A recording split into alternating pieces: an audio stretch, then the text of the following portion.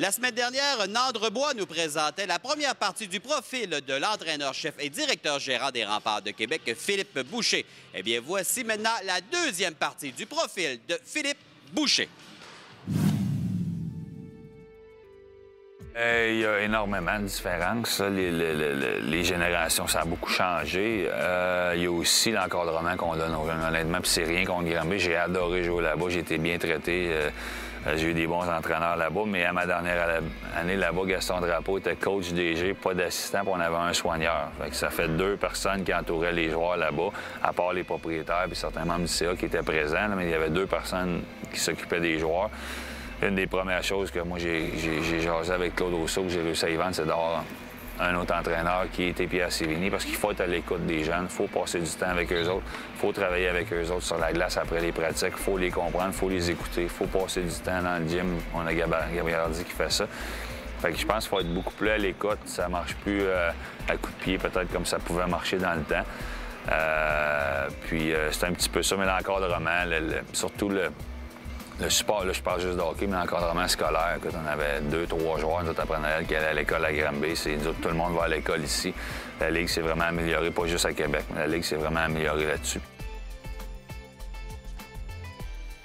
Il y en a plusieurs, puis j'ai rien contre les autres clubs de la Ligue junior du Québec. Quand on arrive ici, c'est pas tous les clubs qui ont un gym comme on a. Écoute, c'est encore. Éric Bélanger, il vient de prendre sa retraite. Il a joué en Russie, il vient de prendre sa retraite. Il a joué dans la Ligue nationale longtemps. Il arrive le dernier club de la Ligue nationale qu'il a fait, c'est Edmonton. Il est venu ici avec sa femme l'autre jour puis des membres de sa famille. On les a fait visiter la chambre après le match. Puis il dit, Phil, c'est beaucoup plus beau que ce qu'on avait à Edmonton. L'encadrement qu'on a ici, c'est incroyable. Puis je pense que les gars qui arrivent ici, ceux-là qui ont été repêchés là-dedans, je pense qu'ils l'apprécient quand même. Mais je pense que ceux-là qui, malheureusement, qui doivent nous quitter pour aller dans d'autres équipes ou qui arrivent ici dans notre équipe peuvent voir là, que c'est vraiment professionnel ici à Québec. On est tous superstitieux, il ne faut pas se le cacher. Là. Mais moi, j'ai toujours appelé ça un peu une routine, un rituel routine. Quand j'étais joueur, j'étais identique, était pareil. Puis c'est pas comme si je manquais une étape de cette routine-là que j'étais plus capable de jouer.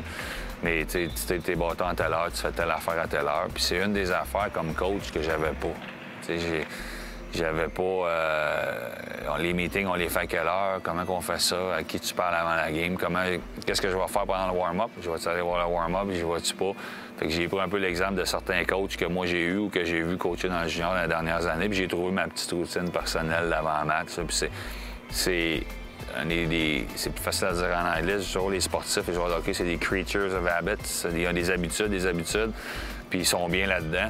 Puis quand tu arrives dans des moments extrêmement intenses, extrêmement exigeants dans les séries, en finale, une 7e game, quand tu peux te retrouver dans cette routine-là, dans ces habitudes-là, bien, ça fait que la pression est moins élevée puis ça t'aide à performer. Fait que comme joueur, c'est ce que je faisais. Puis comme entraîneur, je commence à trouver cette routine-là aussi. Je suis vraiment...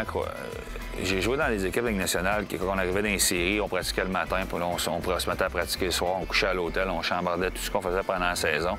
Puis à Pittsburgh, quand j'ai joué là-bas, puis on a gagné la Coupe Stanley, on n'a rien changé. Les meetings, c'était à la même heure, c'est les mêmes personnes qui parlaient, c'est le même gars qui mettait la musique, c'est le même gars qui faisait... qui comptait des jokes avant le game, il n'y a rien de ça qui changeait. Puis ici, c'est ce que j'essaie de faire. Les meetings, on essaie de les faire. Les meetings du matin que l'API peut faire, bien, c'est son désavantage numérique le matin, on le laisse là. Nous autres, comme entraîneurs, moi, je fais mes meetings le soir avant la game, dans le warm-up, je ne vais pas le voir. Fait que je tombe dans cette routine-là, je pense qu'il calme les choses un petit peu. Puis c'est sûr qu'il y avait certaines choses que je pouvais me dire sur la glace comme joueur que j'aime dire en arrière du banc, là, des reminders, si tu veux, là, qui s'appliquent plus à nos joueurs, mais que j'ai gardé quand même dans ma routine. Par exemple? Bon, je vais les garder pour moi.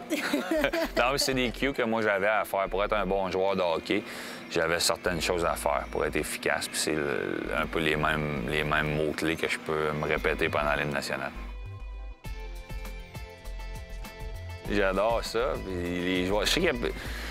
Écoute, j'ai même dit à Gary l'autre jour, on a une chambre un petit peu tranquille. Présentement, on a des gars qui sont partis dans l'alignement, qui prenaient de la place dans la chambre, qui jasaient beaucoup. Je dis, regarde, Kurt, si c'est tranquille dans la chambre, mettre de la musique. Il y a bien des coachs qui, tu sais, mettons en 20 minutes, ils vont arrêter ça. Moi, j'ai rien contre ça. J'adorais ça. Puis on le fait encore. On s'est trouvé un bon boombox dans le bureau des coachs, puis on met même de la musique avant les games en arrière. Quel genre de musique t'aimes écouter? Ben, plus rock. Là. Ben, j'aime tout. Écoute, j'ai un ado de 16 ans à la maison qui écoute du rap, puis de l'électronique, puis toute la patente. Je suis un gars de rock, là. C'est sûr qu'à nous autres, dans notre bureau, c'est plus... ça tourne dans le Metallica, puis ces choses-là avant les games, là, mais j'aime toutes les sortes de musique. À Dallas, je connais Eric Gagné. J'ai toujours été... Bien, je suis moins le baseball aujourd'hui, mais j'étais un grand fan de baseball. Puis bien entendu, Eric Gagné, là, avec tout ce qu'il avait fait à Los Angeles, je l'avais vu jouer un peu là-bas. J'avais la chance de le rencontrer. Je l'ai rencontré au match des Étoiles, si je ne me trompe pas, après une game à Dallas. Puis on s'était échangé nos numéros de téléphone. Puis à un moment donné, j'avais dit, regarde, je vais peut-être aller voir une game de baseball avec mon fils. J'avais été voir une game. On avait été rencontrer Eric après la game. Puis j'ai trop émotionné. Je disais, Eric, c'est la première fois, la deuxième fois que je le rencontrais, mais c'était plus tranquille. On jasait après la game. Puis je disais, hey, j'ai un tournoi de golf à Québec. Penses-tu que tu pourrais me signer une balle ou deux pour nos encans silencieux? J'ai travaillé avec 2 balles puis un chandail signé pour mon garçon.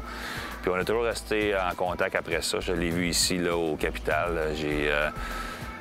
J'ai joué la game, là, les anciens qui étaient revenus, tout ça. C'est toujours le fun de le revoir.